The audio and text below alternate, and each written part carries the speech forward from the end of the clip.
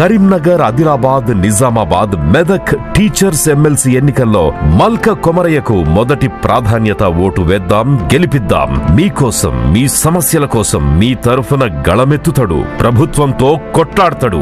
భారత ఎన్నికల్లో బైడెన్ జోక్యం చేసుకున్నారు అనేసి ట్రంప్ సంచలన కామెంట్స్ చేశారు సార్. దీని గురించి భారత ప్రభుత్వానికి తెలియచేయాలి అంటూ కూడా కామెంట్ చేశారు.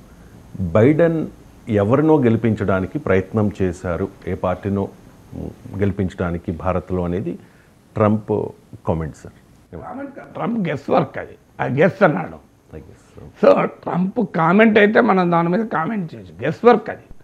సో ఆయన గెస్ చేస్తున్నాడు, ఒక దేశాధ్యక్షుడు గెస్ చేస్తాడా? సో అది ట్రంప్ డొమెస్టిక్ పాలిటిక్స్లో భాగంగా ఈ మాట అన్నాడు. దాన్ని భారతదేశంలో బీజేపీ కాంగ్రెస్ పైన ఆయుధంగా వాడుకున్నారు. ట్రంప్ ప్రత్యేకంగా కాంగ్రెస్ని అటాక్ చేయడానికో, కాంగ్రెస్ని ఇరకాటంలో పెట్టడానికో, బీజేపీకి బెనిఫిట్ చేసేందుకో, నరేంద్ర మోడీకి బెనిఫిట్ చేసేందుకు అన్న మాటలు కావవి. అది దాని ఫాలోఅవుట్ ఉరిమి మంగళం మీద పడింది అంటారు కదా. సో అది ఉరిమి కాంగ్రెస్ పైన పడ్డది.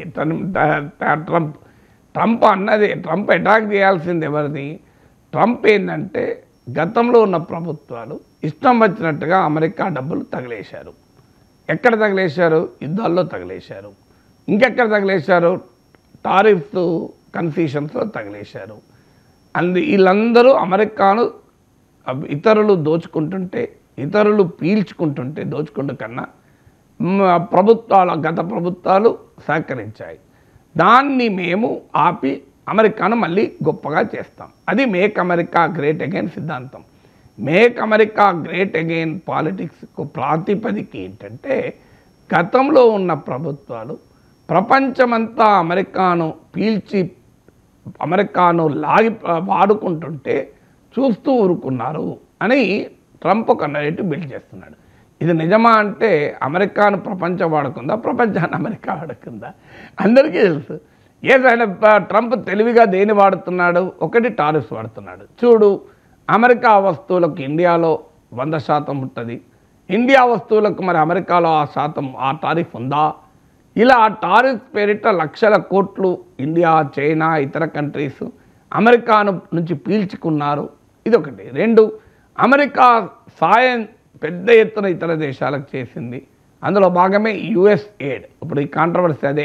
మన చిన్నప్పుడు పల్లెటూరులో దొరికిన పాలు ఇప్పుడు సిటీలో దొరకటం లేదు. మా ఇంట్లో దీని గురించి మాట్లాడుకుంటున్నప్పుడు కంట్రీ డిలైట్ గురించి తెలిసి ఉన్నత ప్రమాణాలు ఉన్న ల్యాబ్స్ లో టెస్ట్ చేయించి రోజు రిపోర్ట్స్ ని యాప్ లో అప్డేట్ చేస్తారు. వాళ్ళ విధానాలు చూసి సంతృప్తి చెంది ఇలా రికమెండ్ చేస్తున్నాను.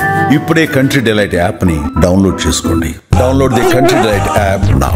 యుఎస్ ఎయిడ్ అనేది అమెరికా ప్రపంచంలో వివిధ కార్యక్రమాలకు చేసే సహాయానికి సంబంధించిన గ్రాంట్. అది $40 బిలియన్, అంటే $4,000 కోట్ల.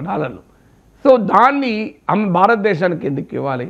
భారతదేశంలో ఓటింగ్ శాతాన్ని పెంచి ప్రజాస్వామ్యాన్ని బలోపేతం చేయడం కొరకు $21 మిలియన్ యుఎస్ ఎయిడ్ సాయం చేసిందని చెప్పారు.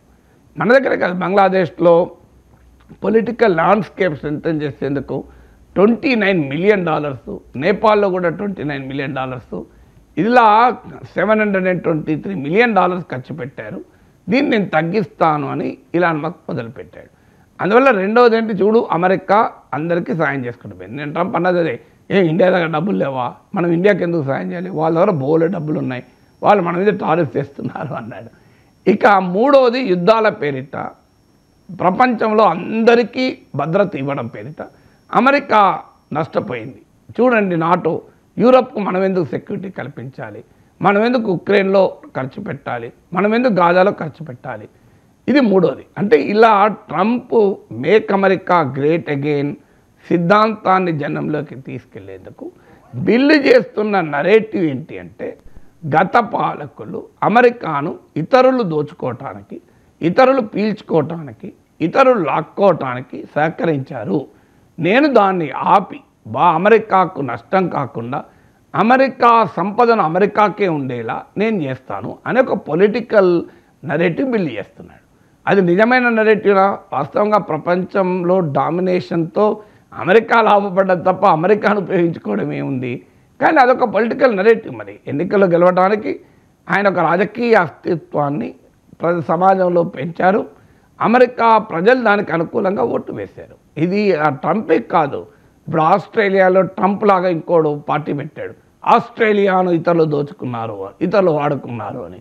బ్రిటన్లో యూకే ఫ్రీడమ్ పార్టీ అని పుట్టింది, జర్మనీలో ఫార్ రైట్ పార్టీ పుట్టింది. ఇలా ప్రపంచవ్యాప్తంగా ఈ ఫార్ రైట్ పొలిటికల్ పార్టీ చేసే పనదే. మా దేశాన్ని గత పాలకులు నిర్వీర్యం చేశారు, మేము వచ్చేదాన్ని బాగు చేస్తానని. ఎందుకంటే నరేంద్ర మోడీ కూడా అదే అన్నాడు కదా, మేక్ అమెరికా గ్రేట్ అగైన్ అంటే నేను మేక్ ఇండియా గ్రేట్ అగైన్ అన్నాడు. సో అందువల్ల ఈ ఫార్ రైట్ పొలిటికల్ నరేటివ్ని బిల్డ్ చేసే క్రమంలో ట్రంప్ అన్న మాటలు ఇవి. అలాగే తన ప్రీవియస్ గవర్నమెంట్ అయిన బైడెన్ ప్రభుత్వాన్ని అటాక్ చేయడానికి వాడిన పదాలు అది వెంటనే ఇక్కడ మన రాజకీయాల్లో ప్రకంపనలు సృష్టించాయి. ట్రంప్ మరి ఇట్లా అమెరికా ఓటింగ్ శాతం పెంచడము వరకే కాకుండా ఎవరోని గెలిపించడానికి చేశాడు బైడెన్ అని. టార్గెట్ ఈజ్ బైడెన్, అది బీజేపీ అందుకుంది. చూడు అగో ఆ ట్రంపే చెప్తున్నాడు బైడెన్ భారతదేశంలో ఏదో ఒక పార్టీని గెలిపించడానికి ప్రయత్నించాడు. ఆ పార్టీ ఎవరు? రాహుల్ గాంధీ కదా, కాంగ్రెసే కదా అని. మరి బైడెన్ టైంలో కూడా అమెరికాతో మోడీ సంబంధాలు బాగానే ఉన్నాయి కదా. నాకు ఫండమెంటల్ క్వశ్చన్ ఏంటంటే 4 ఏళ్ళు బైడెన్ ప్రభుత్వం భారత రాజకీయాల్లో జోక్యం చేసుకుంటుంటే ట్రంప్ చెప్పింది నిజమని మోడీ నమ్మితే, ట్రంప్ చెప్పింది నిజమని బీజేపీ నమ్మితే అది బీజేపీ వైఫల్యం కదా, మోడీ వైఫల్యం కదా. ఒక విదేశీ జోక్యాన్ని అనుమతించి ఆపలేకపోవడం ప్రభుత్వ అసమర్థత కాదా? కానీ ఇది ప్రజల్లో సెంటిమెంట్ ఉపయోగపడుతుంది. ఈవెన్ ఎలక్షన్ టైంలో కూడా ఫారిన్ అన్నాడు, ఇందిరాగాంధీ టైం నుంచి చూస్తున్నాం. ఇది దేశంలో రాజకీయ ప్రయోజనాల కొరకు ఈ విదేశీ హస్తాన్ని వాడుతూ ఉంటారు. ఆ రోజుల్లో ఇందిరాగాంధీ వాడింది, ఈ రోజుల్లో నరేంద్ర మోడీ వాడుతున్నారు. ఇప్పుడు ట్రంప్ వ్యాఖ్యలకు ఆయుధమయ్యా. అందువల్ల కానీ ట్రంప్ అన్నది ఆయన ఏమీ ఆథెంటిక్గా చెప్పలేదు. ఇప్పుడు ఆయన అమెరికా అధ్యక్షుడు, భారతదేశంలో ఏ పార్టీని ఎలా సపోర్ట్ చేశాడో చెప్పమని లెక్కలు డాక్యుమెంటెడ్ ఉంటాయి కదా. ఏదైనా భారతదేశంలో నరేంద్ర మోడీ ప్రైమ్ మినిస్టర్, మోడీని చెప్పమనండి. అమెరికా ప్రభుత్వం డబ్బులు ఎవరికి దక్కాయి? ప్రభుత్వం కదా, ఇది ప్రైవేట్ ఇండివిజువల్స్ కాదు కదా. రెండో ప్రభుత్వ సంస్థ భారతదేశంలో అమెరికా ప్రభుత్వం ఖర్చు పెడుతుంటే నరేంద్ర మోడీ ప్రభుత్వం తెలియదా? అది హోమ్ మినిస్ట్రీ ద్వారానే రావాలి కదా. ఫారిన్ ఎక్స్చేంజ్ FCRA చట్టం ఉంటుంది, foreign exchange control regulation act అని, ఫారిన్ కరెన్సీ రెగ్యులేషన్ యాక్ట్ అని. మరి ఆ చట్టం హోమ్ మినిస్ట్రీ కదా అమలు చేసేది. అందువల్ల ఇది కేవలం ఒక పొలిటికల్ బబుల్ క్రియేట్ చేయడం, పొలిటికల్ నరేటివ్ క్రియేట్ చేయడం. మోడీ ఇవ్వడు సాక్ష్యాధారాలు, ట్రంప్ ఇవ్వడు, మోడీ చూపడు.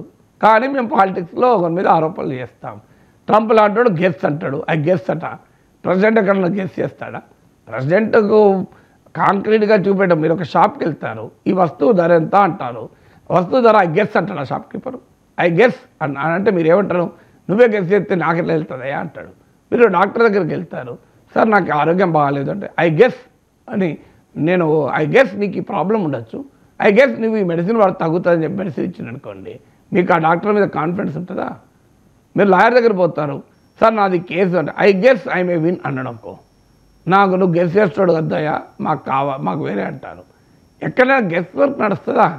దేశ ప్రెసిడెంట్ గెస్ వర్క్ ఏంది? నేను మీకు ఓ డాక్టర్ ఉదాహరణ చెప్పిన గెస్ చేయడు. ఆ గెస్సింగ్ ఏంటో నాకు అర్థం కాని అవసరం. ఆయన గెస్ చేస్తున్నాడు, గెస్ చేసిన దానిపైన గాసిప్. అది ఆ గాసిప్ పైన మన రియాక్ట్ అయితే ఉపయోగమే ఉన్నది. Let prime minister Modi give details. America ప్రభుత్వం భారతదేశంలో ఎవరికి ఏ రూపంలో ఎక్కడ ఖర్చు పెట్టింది. లెట్ ఆ ట్రంప్ గివ్ డేటా, మా ప్రభుత్వం భారతదేశంలో పలానా వాళ్ళ మీద ఖర్చు పెట్టిందని. ఇది ఏది లేకుండా గెస్ అండ్ గాసిప్ పైన మాట్లాడలేం కదా.